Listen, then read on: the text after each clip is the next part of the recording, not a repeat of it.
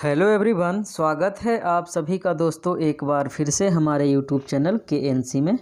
जैसा कि आपको पता है दोस्तों कि पिछले 2-3 लेक्चर से मैं आपको प्रीवियस ईयर में पेपर 1 में जितने भी सवाल पूछे गए थे उन सारे सवालों पर बड़े विस्तार से चर्चा कर रहा हूं। उसी सिलसिले में आज मैं दिसंबर 2015 में पेपर 1 में पूछे गए सारे सवालों के बारे में चर्चा करूंगा, उसको एनालाइज करूंगा और मैं आपको बताऊंगा कि इसका आंसर क्या हो सकता है। आप ध्यान से देखते रहेंगे और जो भी चीज़ें लगेंगी आपको कि याद करने योग्य हैं आप उनको हमारे साथ लिखते चलेंगे तो आपको बेहतर होगा आगे चलकर रिवीजन करने में। क्योंकि हो सकता है कभी कभी ऐसा होता है कि सवाल कॉपी पेस्ट कर दिया जाता है प्रीवियस ईयर से, इसलिए आप इसको हल्के में नहीं लीजिएगा। दूसरी बात, यदि आप हमारे चैनल पर पहली बार आए हैं तो हमारे चैनल को सब्सक्राइब कर लीजिए और बेल आइकन का घंटी भी दबा दीजिएगा ताकि अगली बार जब मैं कोई वीडियो डालूं तो आपको नोटिफिकेशन सबसे पहले पहुंचे और आपको आपकी तैयारी में सुविधा पहुंच सके, आप आसानी से और तैयारी को आगे बढ़ा सकें। तो आइए हम लोग सवालों की तरफ बढ़ते हैं। आज का हमारा पहला सवाल क्या होने वाला है। जैसा कि आपको पता है कि जब मैं वीडियो शुरू कर रहा था तब मैं बताया था आपको कि मैथ का जो सेक्शन है और रीजनिंग का सेक्शन है प्लस DI का सेक्शन, यानी कि जो मैथमेटिकल सेक्शंस जितने भी हैं उन सारे सेक्शंस को छोड़कर बाकी जितने भी जो टॉपिक से सवाल पूछे जाते हैं उन सारे टॉपिक से पूछे जाने वाले सवालों पर बड़े विस्तार से हम लोग चर्चा करते आ रहे हैं। आज भी बिल्कुल उसी तरीके से उसी रूल को फॉलो करेंगे इस वीडियो में। तो आज का जो हमारा पहला सवाल है वो DI से दे दिया गया है, यानी पहला से लेके सवाल नंबर 6 तक ये DI से पूछा गया है, इसीलिए हम लोग शुरू करेंगे सवाल नंबर 7 से। 7वां सवाल है, लोकसभा के संबंध में निम्नलिखित में से कौन से कथन सही हैं। पहला, संविधान में लोकसभा के सदस्यों की संख्या की सीमा तय की गई है, ये बिल्कुल सही है।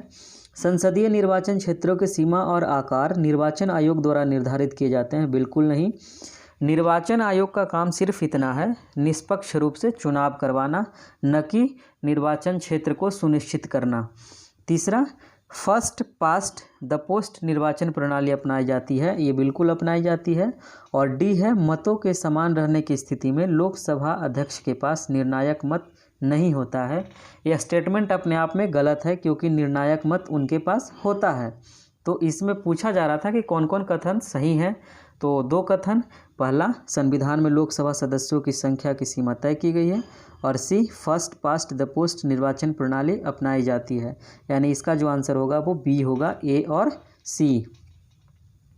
8वां जो सवाल है यानी आज का दूसरा सवाल, शैक्षणिक संस्थाओं में प्रवेश में किन आधारों पर किए जाने वाले पक्षपात का संवैधानिक रूप से निषेध किया गया। आपको पता है कि धर्म के आधार पे, लिंग के आधार पे, जन्म स्थान के आधार पे आप भेदभाव नहीं कर सकते हैं, यानी कि A, B और C जिसमें होगा वो ऑप्शन सही होगा हमारा, ये तीसरा ऑप्शन। राष्ट्रीय जलवायु परिवर्तन नीति के भाग के रूप में भारत सरकार की वर्ष 2030 तक नवीकरणीय ऊर्जा की संस्थापित क्षमता को कहां तक बढ़ाने की योजना है। ये 350 गीगावाट है, इसको आप याद कर लीजिएगा और लिख लीजिएगा। 10वां सवाल है, कथन और कारण का है। आप हमेशा इस तरीके के सवाल परेशान करते हैं तो आप इसको ध्यान से समझिएगा। पहला कथन है, जनसंख्या नियंत्रण के उपायों से अनिवार्य रूप से पर्यावरणीय ह्रास को रोकने में मदद नहीं मिलती है, ये कथन बिल्कुल सही है। दूसरा, जनसंख्या वृद्धि और पर्यावरणीय ह्रास के बीच, लॉस के बीच का संबंध जो है बहुत जटिल है, ये बात भी सही है। और तर्क जो है वो उस लॉजिक को, उस कथन को, उस प्रोपोजिशन को क्या कर रहा है, लॉजिकली काट भी रहा है, तो इन दोनों के बीच लॉजिकली संबंध भी बन रहा है। आप ध्यान से देखेंगे तो ये चीज़ें आपको पता चलेंगी। यानी जनसंख्या नियंत्रण और पर्यावरणीय ह्रास जो है, पर्यावरण है, उन दोनों के बीच म्यूचुअल रिलेशन होता है, बड़ा कॉम्प्लेक्स रिलेशन होता है। तो आप देखेंगे कि यहाँ पे जो तर्क है, जो रीजन है, वो असर्शन को बहुत अच्छे तरीके से स्पष्ट कर रहा है, बहुत अच्छे तरीके से संबंध को प्रदर्शित कर रहा है। यानी कि इसका जो आंसर होगा वो B होगा। कहता A और R दोनों सत्य है और R जो है, रीजन जो है, A का सही स्पष्टीकरण है। आज का सवाल नंबर 11 पे आते हैं। अच्छा 11 पे आ गए सीधा, हाँ ठीक है 11 पे आते हैं। और 11वां नंबर जो सवाल है वो कहता है निम्नलिखित में से कौन ओपन सोर्स सॉफ्टवेयर हैं। निम्नलिखित में से कौन ओपन सोर्स सॉफ्टवेयर हैं। इसको बोलते हैं मोजिला फायरबॉक्स। इसको आप याद कर लीजिएगा। ये जो सवाल पूछा गया है इंफॉर्मेशन टेक्नोलॉजी से है, आईटी वाले से, ठीक है। इससे हमेशा इस तरीके के सवाल पूछे जाते हैं, याद करने लायक होते हैं ये सवाल। और अगला जो है वर्तमान में प्रति व्यक्ति ऊर्जा खपत किलोवाट घंटा प्रति वर्ष के संदर्भ में सही क्रम की पहचान कीजिए। इसका जो आंसर होगा वो सबसे ज़्यादा जो बिजली खर्च किया जाता है वो रूस में प्रति व्यक्ति होता है, उसके बाद चीन में होता है, उसके बाद ब्राज़ील में, उसके बाद अपना लास्ट का प्यारा सा भारत, ठीक है। और 13वां नंबर सवाल है निम्नलिखित में से कौन एक इंस्टेंट मैसेजिंग एप्लीकेशन है। ठीक है, अब इसमें आपको ये बताना है व्हाट्सअप। बिल्कुल व्हाट्सअप पे आप इंस्टेंटली मैसेज कर सकते हैं तुरंत, और गूगल टॉक पे भी कर सकते हैं, वाइबर पे भी कर सकते हैं। आप केवल व्हाट्सअप जान रहे होंगे या गूगल टॉक, आज के बाद वाइबर भी आप जान लीजिए, और यदि आप इस्तेमाल करते होंगे तब तो आपको पता ही होगा। 14वां नंबर सवाल है संविधान में एक मद के रूप में लोक व्यवस्था निम्नलिखित में से किसमें आती है। पहला अवशिष्ट शक्तियों में, संघ सूची में, राज्य सूची में या समवर्ती सूची में। इसका जो आंसर होगा अब एक मद के रूप में लोक व्यवस्था जो है पब्लिक एडमिनिस्ट्रेशन जो है वो राज्य सूची के अंतर्गत आता है। ठीक है, पब्लिक एडमिनिस्ट्रेशन राज्य सूची के अंतर्गत आता है। ठीक है, संविधान में 3 तरीके के सूची बनाए गए हैं। एक जो है संघ सूची जिसको यूनियन लिस्ट बोलते हैं, एक स्टेट लिस्ट होता है और एक कंकरेंट लिस्ट होता है। संघ सूची और ये होता है राज्य सूची, और ये होता है समवर्ती सूची। संघ सूची पे कानून बनाने का अधिकार सिर्फ संघ को है, स्टेट पे सिर्फ स्टेट को है, और कंकरेंट जो समवर्ती सूची में जो विषय आते हैं उस पे राज्य और केंद्र दोनों को कानून बनाने का अधिकार है, लेकिन केंद्र हमेशा भारी पड़ता है राज्य पे। आगे आते हैं 15वां नंबर जो हमारा सवाल है वो है NM, देखिए NMI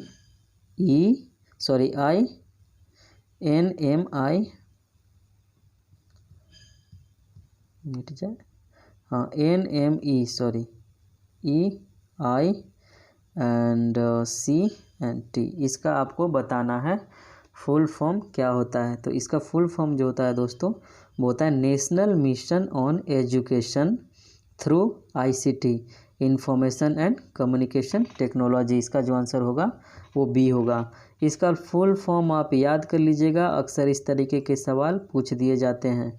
एक कंप्यूटर में 1 बाइट में सामान्यतः शामिल होते हैं, तो 1 बाइट में कितने होते हैं शामिल, 8 बिट्स होते हैं। ठीक, 1 बाइट इक्वल टू 8 बिट्स। ये जब मैं आपको ICT पढ़ाऊँगा उसमें आपको ये बहुत क्लियरली बताऊँगा, आपको याद करने की ज़रूरत नहीं पड़ेगी। ठीक है, 17वां सवाल है निम्नलिखित में से किस प्रदूषक के कारण मानव को कैंसर हो सकता है।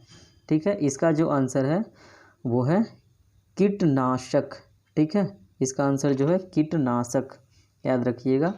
निम्नलिखित में से कौन हमें एक ही पत्र को MS वर्ड में, ठीक है MS वर्ड जो होता है कंप्यूटर में, विभिन्न व्यक्तियों को भेजने में समर्थ बनाता है। ठीक है, इसका जो आंसर होगा आप जब मेल को मर्ज कर देते हैं, ठीक है, आप मेल को जब मर्ज कर देते हैं तो एक ही साथ कई लोगों को भेज सकते हैं। तो 18 का जो आंसर होगा वो पहला होगा। और आगे आते हैं हम लोग सवाल पे। आज का 19वां नंबर सवाल है निम्नलिखित में से कौन सी घटना एक प्राकृतिक खतरा नहीं है। इसका जो आंसर होगा रासायनिक संदूषण। निम्नलिखित में से कौन निवेशी को अंग्रेजी में इनपुट बोलते हैं, इनपुट डिवाइस नहीं है। तो इनपुट डिवाइस कौन नहीं है, आपको पता है माइक्रोफोन इनपुट डिवाइस है, कीबोर्ड इनपुट डिवाइस में आता है, जॉयस्टिक इनपुट डिवाइस में आता है, मॉनिटर जो होता है वो आउटपुट में आता है। निम्नलिखित राज्यों में से किस राज्य की लोकसभा में सीटों की संख्या सर्वाधिक है। आपको बताना है कि ये 4 राज्य दिए गए हैं और उनमें आप बताइए कि किस राज्य में सबसे ज़्यादा लोकसभा की सीटें हैं। पश्चिम बंगाल में तो और महाराष्ट्र की तुलना करें तो महाराष्ट्र में ज़्यादा है, पश्चिम बंगाल में 40 के आसपास है, और राजस्थान में तो कम है, और ये तो हो नहीं सकता, तमिलनाडु में भी कम है। इसका जो आंसर होगा वो महाराष्ट्र होना चाहिए, और महाराष्ट्र ही होगा। 22वां जो सवाल है, एक राज्य के महाधिवक्ता का कार्यकाल क्या होता है? तो उसका जो राज्य का जो अटॉर्नी जनरल होता है उसका कार्यकाल फिक्स नहीं होता है, वो सरकार के ऊपर डिपेंड करता है, वो कितना दिन भी रह सकता है। राष्ट्रीय उच्चतर शिक्षा अभियान, ठीक है, RU रूसा बोलते हैं इसको, कभी कभी रूसा का फुल फॉर्म पूछ दिया जाता है, इसलिए सवाल एक ही रहते हैं, उनके कई तरीके हो जाते हैं पूछने के, आप ध्यान से चीज़ों को समझिएगा। पहला जो है सरकारी संस्थाओं की समग्र गुणवत्ता में सुधार करना, ये बिल्कुल सही है, उसीलिए रूसा का निर्माण किया गया था। गुणवत्तापूर्ण संकायों की पर्याप्त उपलब्धता सुनिश्चित करवाना, ये भी सही है। और वर्तमान स्वायत्त यानी ऑटोनॉमस जो कॉलेजेज हैं उनके उन्नयन के माध्यम से नई संस्थाएं को सृजित करना, नई संस्थाओं का निर्माण करना, ये भी सही है। और अपर्याप्त अवसंरचना वाले विश्वविद्यालयों का स्वायत्त महाविद्यालयों में अधोस्तरण करना, ये बिल्कुल गलत है, ठीक है। तो इसका जो आंसर होगा वो तीसरा होगा, A, B और C। और अगला सवाल है 24, और 24 में है, ग्रामीण घरों में नाइट्रोजन ऑक्साइड प्रदूषण का या के स्रोत हो सकता है या हो सकते हैं, ठीक है। किसके? धूम्र निकास की सुविधा रहित गैस चूल्हा, क्या ये, या लकड़ी चूल्हा, या मिट्टी तेल वाले हीटर। इसका जो आंसर होगा वो तीनों होगा। धूम्र निकास वाले सुविधा रहित गैस चूल्हा होते हैं, उससे भी नाइट्रोजन ऑक्साइड निकलता है, लकड़ी वाले चूल्हा से भी निकलता है, और मिट्टी तेल वाले हीटर से तो और ज़्यादा निकलता है। इसका जो आंसर होगा वो पहला होगा, A, B और C। आते हैं सवाल नंबर 25 पे। निम्नलिखित में से कौन कौन किसी सेमिनार की विशेषताएं हैं?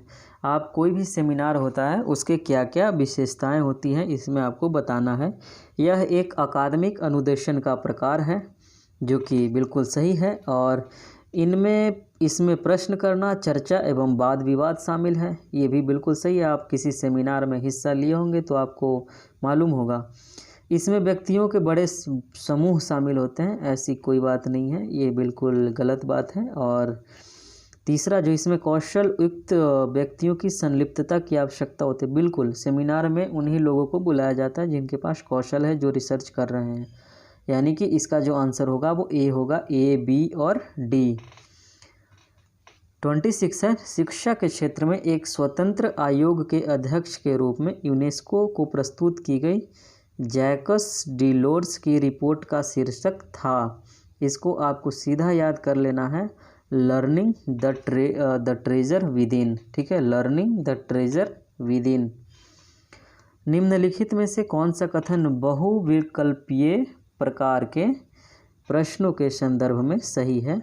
वे सही गलत वाले प्रश्नों की तुलना में अधिक व्यक्तिनिष्ठ होते हैं, वे सही गलत वाले प्रश्नों की तुलना में अधिक वस्तुनिष्ठ होते हैं, वे निबंध वाले प्रश्नों की तुलना में कम वस्तुनिष्ठ होते हैं, वे लघु उत्तर वाले प्रश्नों की तुलना में अधिक व्यक्तिनिष्ठ होते हैं, ठीक है। तो ये व्यक्तिनिष्ठ जहाँ जहाँ पे लिखा हुआ है वो लाइन तो बिल्कुल होगा ही नहीं, पहला और ये लास्ट का जो बिल्कुल कट जाएगा। और कहता है वे सही गलत वाले प्रश्नों की तुलना में अधिक वस्तुनिष्ठ होते हैं, ठीक है। इसका जो आंसर होगा वो 2 होगा, यानी कि B, ठीक है। अब आते हैं 28 नंबर पे, और 28 सवाल आज का है, निम्नलिखित में से कौन कौन से गुण किसी शिक्षक की बड़ी ताकत को प्रदर्शित करते हैं?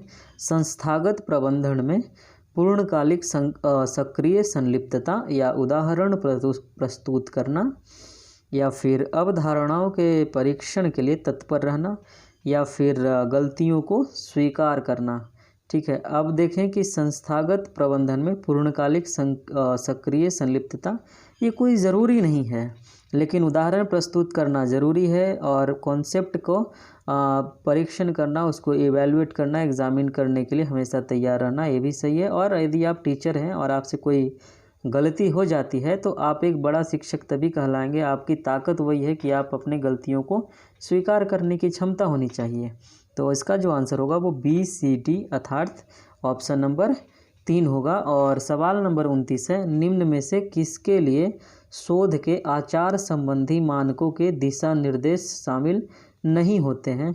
इसका जो आंसर होगा वो शोध प्रारूप, रिसर्च फॉर्मेट। ठीक है, आगे आते हैं सवाल नंबर 30 पे। और आज का तीसरा नंबर जो 30 का जो सवाल है वो है which of the following are the basic rules of APA, a style of referencing format. ठीक है, और इसमें ऑप्शन देखते हैं। Italicize titles of shorter works such as journal articles और ऐसे, ये बिल्कुल गलत है। और कहता है इन्वर्ट ऑथर्स नेम और लास्ट नेम फर्स्ट। जैसे आप किताब के अब नीचे देखेंगे बिब्लियोग्राफी वगैरह पढ़ते होंगे, तो मान लीजिए किसी का जॉन एडम्स नाम है या, ठीक है, तो एडम्स पहले लिखा जाता है किस स्टाइल में, APA स्टाइल में। ठीक है, आप जैसे मान लीजिए कि मेरा नाम अमृतराज है, तो मैं कोई किताब लिखूंगा तो बिब्लियोग्राफी में शामिल होगा, तो APA स्टाइल में राज पहले होगा, उसके बाद कॉमा देकर अमृत होगा। ठीक है, इस तरीके से।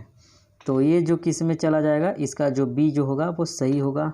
और C में आते हैं italicize titles of longer work such as books and journals. ठीक है, ये भी सही है। और D जो है कहता है अल्फ़ाबेटिकली इंडेक्स रेफरेंस लिस्ट, और ये बिल्कुल अल्फ़ाबेटिकली इसमें होता है।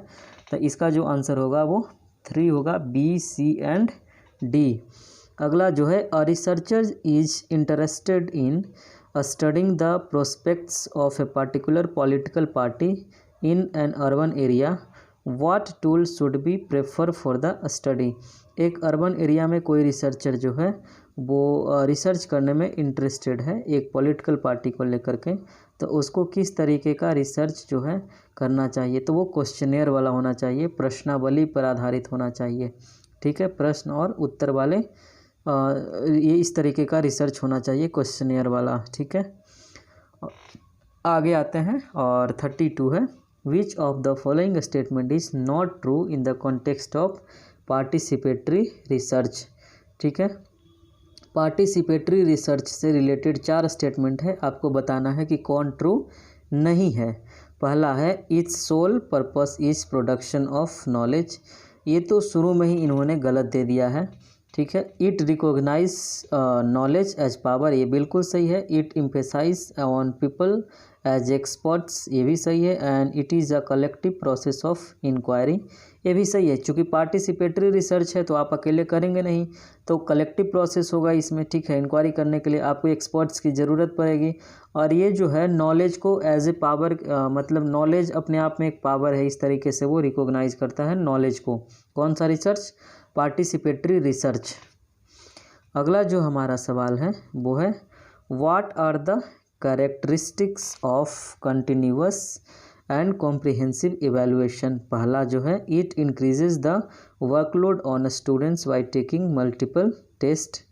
ठीक है, और ये जो दोस्तों ऑप्शन है वो बिल्कुल गलत है, ये सही नहीं है, ये गलत है। दूसरा it replaces marks with grades, ये बिल्कुल सही है। और it evaluates every aspect of the student, ये भी सही है। It helps in reducing examination phobia, ये भी सही है। इसका जो आंसर होगा वो पहला होगा, B, C एंड D। अगला जो सवाल है वो है what are required for good teaching. आप एक अच्छा टीचिंग कराना चाहते हो, एक अच्छे शिक्षक के रूप में आप पढ़ाना चाहते हो, तो उसके लिए क्या क्या रिक्वायरमेंट होती है। पहला डायग्नोसिस, ठीक है, पहला डायग्नोसिस, ये बिल्कुल ज़रूरी है। डायग्नोसिस, रेमेडी, ये भी सही है। आपको उपचार भी बताना है, पहले चेक करना है, फिर उसके उपचार को बताना है, फिर डायरेक्शन भी आपको चेक करना होगा, ये भी सही है। और फीडबैक तो बिल्कुल ज़रूरी है, क्योंकि फीडबैक आप, मैंने जब कम्युनिकेशन पढ़ा रहा था तो मैं आपको बताया था कि जिस कम्युनिकेशन में फीडबैक नहीं मिलता है या नहीं होता है, वो कम्युनिकेशन फीडबैक वाले तुलना में कमज़ोर हो जाता है। इसलिए फीडबैक उस चीज़ का संकेत है कि आपका कम्युनिकेशन बेहतर रहा है, आप एक बेहतर टीचिंग करा रहे हैं। और आगे आते हैं 35 नंबर सवाल पे। और 35 नंबर जो सवाल है हमारा वो है which of the following statement is true in the context of testing of A hypothesis. आप एक हाइपोथेसिस का क्या मतलब होता है, जब आप रिसर्च करने से पहले एक कंक्लूजन तैयार करते हैं और उसी कंक्लूजन के अकॉर्डिंग वर्क करते हैं, और यदि वो कंक्लूजन सही हो जाता है तो आपका हाइपोथेसिस सही हो जाता है, यदि नहीं होता है तो हाइपोथेसिस आपका गलत होता है और रिसर्च से कोई और आउटकम निकलता है। उसी संदर्भ में इसमें 4 स्टेटमेंट दिए गए हैं, चारों के बारे में बताता हूँ। पहला है both the alternative and the null hypothesis can not be tested, ठीक है। एंड बी है जो कि ये बिल्कुल गलत है, ठीक है। नल हाइपोथेसिस को टेस्ट किया जाता है। It is only the alternative hypothesis that can be tested, ये भी गलत है। सिर्फ अल्टरनेटिव हाइपोथेसिस को ही टेस्ट नहीं किया जाता है।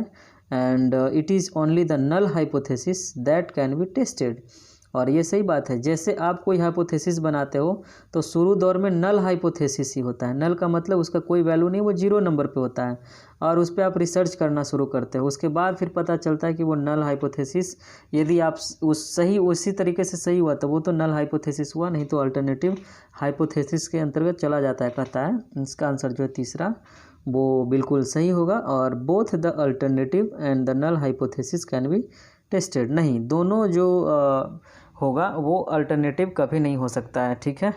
तो ये जो है ये भी गलत है, और ये तो गलत था ही, बी भी गलत था, इसका आंसर सी होगा। कहता है greater the handicap of the student coming to the educational institution greater the demand on the what, demand on the state, demand on the family, demand on the society, demand on the teacher. चूँकि हम लोग paper 1 की बात कर रहे हैं तो इसलिए इसमें स्टेट, सोसाइटी, ये सारा चीज़ को आप ऐसे कॉमन सेंस लगा कर इसको साइड करें। और टीचर, चूँकि एजुकेशनल इंस्टीट्यूशन की भी बात कर रहे हैं हम लोग, ठीक है। आगे आते हैं, ये पैसेज है और आप पैसेज को इसको पढ़ करके आप डील कर लीजिएगा, ठीक है। हम आते हैं अगले 37 नंबर से लेकर के 41 नंबर तक जो सवाल है वो कॉम्प्रिहेंशन से रिलेटेड है, तो आप इसको सावधानी से पढ़ लीजिएगा और उसके बाद उन सवालों को सॉल्व कर लीजिएगा। कोई परेशानी नहीं होनी चाहिए मेरे ख्याल से। हम लोग अब सवाल सीधा आते हैं 42 पे, क्योंकि उन्होंने 41 तक कॉम्प्रिहेंशन से सवाल दे रखा है। 42 क्या है, using the central point of the classroom communication as the beginning of a dynamic pattern of ideas is referred to as, ठीक है। अब इसका जो आंसर होगा वो माइंड मैपिंग। जब माइंड मैपिंग मैं बताऊंगा क्लासरूम कम्युनिकेशन में एक डायनेमिक पैटर्न, जब चारों तरफ आप सोचते हैं, ठीक है, उस आइडिया को क्या कहते हैं, उसको माइंड मैपिंग कहते हैं। माइंड में सारी चीज़ों को सोचना, मैप के माध्यम से इमेज बना करके। ये टीचिंग एप्टीट्यूड का सवाल है, बहुत अच्छे से मैं इसको समझाऊंगा मेरे ख्याल से, उसके बाद आपको कोई परेशानी नहीं होगी। फ़िलहाल आप इसको माइंड मैपिंग याद कर लीजिए। और आज का 43 नंबर जो क्वेश्चन है वो है, अच्छा ये तो रीजनिंग का सवाल है, 2, 5, 10, 17। तो आप इसको इसमें ध्यान से देख सकते हैं कि 2 है, उसके बाद 5 है, यानी 3 बढ़ रहा है, उसके बाद फिर 5 बढ़ रहा है, उसके बाद फिर 7 बढ़ रहा है, ठीक है, उसके बाद फिर 9 बढ़ रहा है, उसके बाद फिर 11 बढ़ रहा है। तो इस बार जो बढ़ेगा वो 13 बढ़ेगा, यानी 37 में आप 13 जोड़ लेंगे तो कितना हो जाएगा, वो 50 हो जाएगा इसका आंसर, ठीक है। और आगे आते हैं 42 पे, और आज का जो 42 सवाल है, अच्छा 42 तो मैंने बताया ही। अब आते हैं 44 पे। 44 जो आज का सवाल है वो मैथ से रिलेटेड है, और इसको मैं डील नहीं करूँगा, मैथ के बारे में मैंने बताया था आपको। और आज का जो 45 नंबर का जो सवाल है वो कहता है कक्षा यानी कि क्लासरूम कम्युनिकेशन के संदर्भ में मनोवृत्तियाँ, कार्य एवं प्रकटन को किस रूप में समझा जाता है, ठीक है। क्लासरूम कम्युनिकेशन में आप किसी के मनोवृत्ति को, उनके कार्य को, और वो किस तरीके से प्रकट करते हैं, उन चीज़ों को आप किस रूप में समझ सकते हैं। इसका जो आंसर होगा वो अशाब्दिक, नॉन वर्बल कम्युनिकेशन, ठीक है, नॉन वर्बल कम्युनिकेशन के माध्यम से आप समझ सकते हैं। शिक्षक छात्र संप्रेषण प्रायः होता है, टीचर स्टूडेंट कम्युनिकेशन जो होता है वो प्रायः कैसा होता है, वो हमेशा उपयोगितावादी होता है, ठीक है। आगे आते हैं, तर्क जो कथन है, कोई आदमी पूर्ण नहीं है, कुछ आदमी पूर्ण नहीं है, ठीक है। अब देखो, कोई आदमी पूर्ण नहीं है, ये सवाल एकदम, ये जो कथन है बिल्कुल सही है, और कुछ आदमी पूर्ण नहीं है ये भी बिल्कुल सही है। लेकिन जो आर है जो ए का सही व्याख्या नहीं कर रहा है, सही तर्क नहीं दे रहा है, इसीलिए इसका जो आंसर होगा वो बी होगा। कथन तो दोनों सही है लेकिन आर जो है ए का सही लॉजिक नहीं है। अर्थपूर्ण परिभाषा जिसे सोच समझकर कुछ प्रतीकों के लिए निर्दिष्ट किया जाता है क्या कहलाता है? ये सवाल नंबर 48 पहला, प्रत्ययकारी कोश विषयक या परिशुद्धता या स्वनिर्मित परिभाषा। इसका जो आंसर होगा वो स्वनिर्मित परिभाषा होगा। ये लॉजिकल रीजनिंग का सवाल है दोस्तों। 49 नंबर सवाल है, संरचना वाले तर्क वाक्यों का समूह जो कुछ निष्कर्ष प्रदर्शित करता है कहलाता है? एक वैध तर्क, एक निष्कर्ष, एक तर्क या फिर एक स्पष्टीकरण। एक वैध तर्क, एक लीगल लॉजिक है ना, एक लीगल लॉजिक।